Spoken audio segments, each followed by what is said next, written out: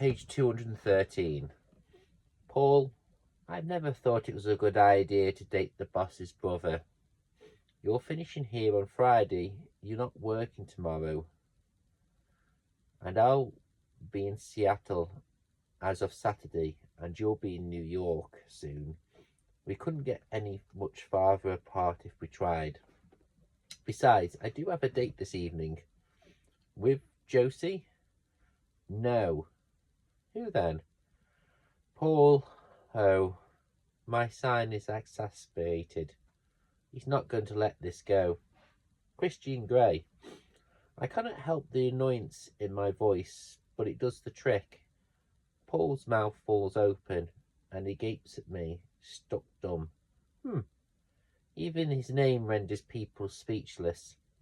You have a date with Christian Grey? He says, finally, once he's over the shock. Disbelief is evident in his voice. Yes. I see.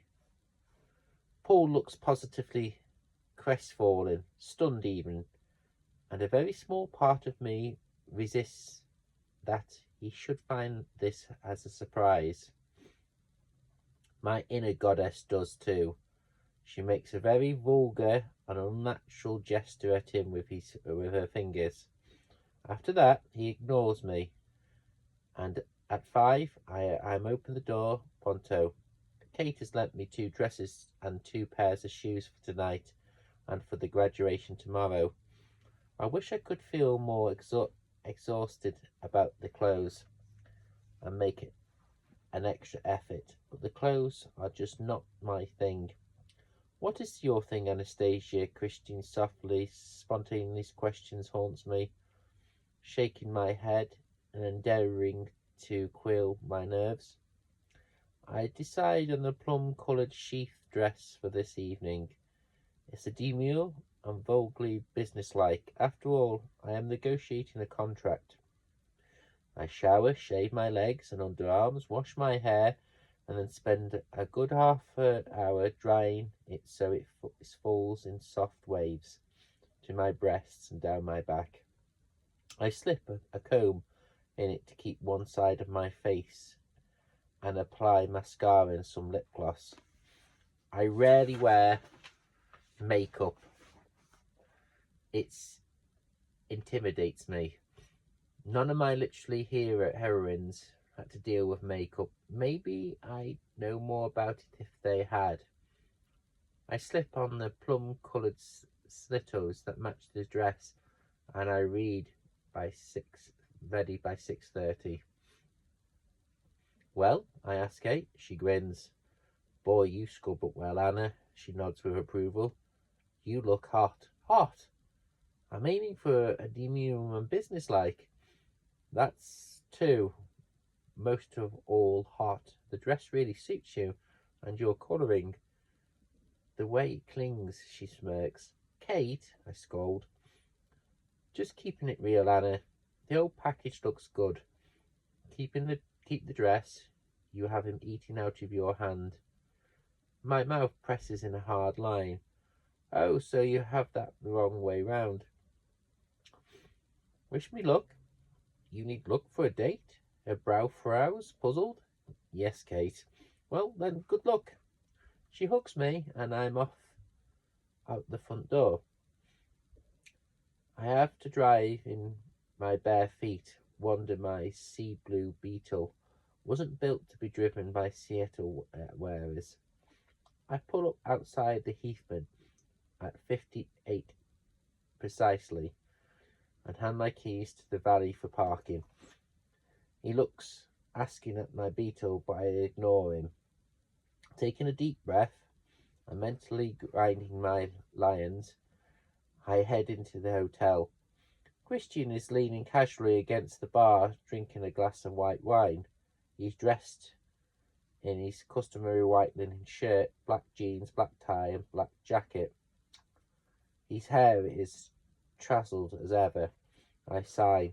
I stand for a few seconds in the entrance of the bar, gazing at him, admiring the view. He glances nervously, I think, towards the entrance and stills where he sees me. Blinking a couple of times, He then smiles a slow, lazy, sexy smile, then renders me speechless and all molten inside, making a surprise effort not to bite my lip. I move forward, aware that I, Christian Seattle of Clumsy Villa, am in high Seattle's. He walks gracefully over to me. You look stunning, he murmurs, and he leans down to briefly kiss my cheek. A dress, Miss Steele, I approve. Taking my arm, he leads me to the secluded booth and signals for the waiter. What would you like to drink? My lips quick up to a quick slow smile and a slit, so sit down and slide into the booth. Well, at least he's asking me. I'll have what you're having, please. See, I can play nice and behave myself. Amused, he orders another glass of Samigami and slides in the opposite me. They have an excellent wine cellar here, he says, putting his elbow on the table. He steeples his fingers in front of my mouth, his eyes alive with some unreadable emotion, and there it is, the familiar pull and change from him. It connects somewhere deep inside of me. I shift uncomfortably under the security, my head palpitating, and I must keep my cool. Are you nervous? He asks. Yes. He leans forward. Me too. He whispers constantly. My eyes shoot up to meet him. Him? Nervous? Never. I blink, and he smiles his adorable lopsided smile at me. The waiter arrives with my wine and a small dish of mixed nuts and another of olives. So, how are we going to do this, I ask. Run through my points one by one? Impatient as ever, Miss Steele. Well, I could ask you what you thought of the weather today. He smiles and his long fingers reach to the collective an olive. He pops it in his mouth and my eyes linger on his mouth.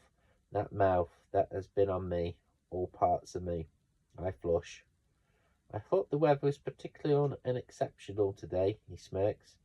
Are you smirking at me, Mr. Gray? I am, Miss Steele.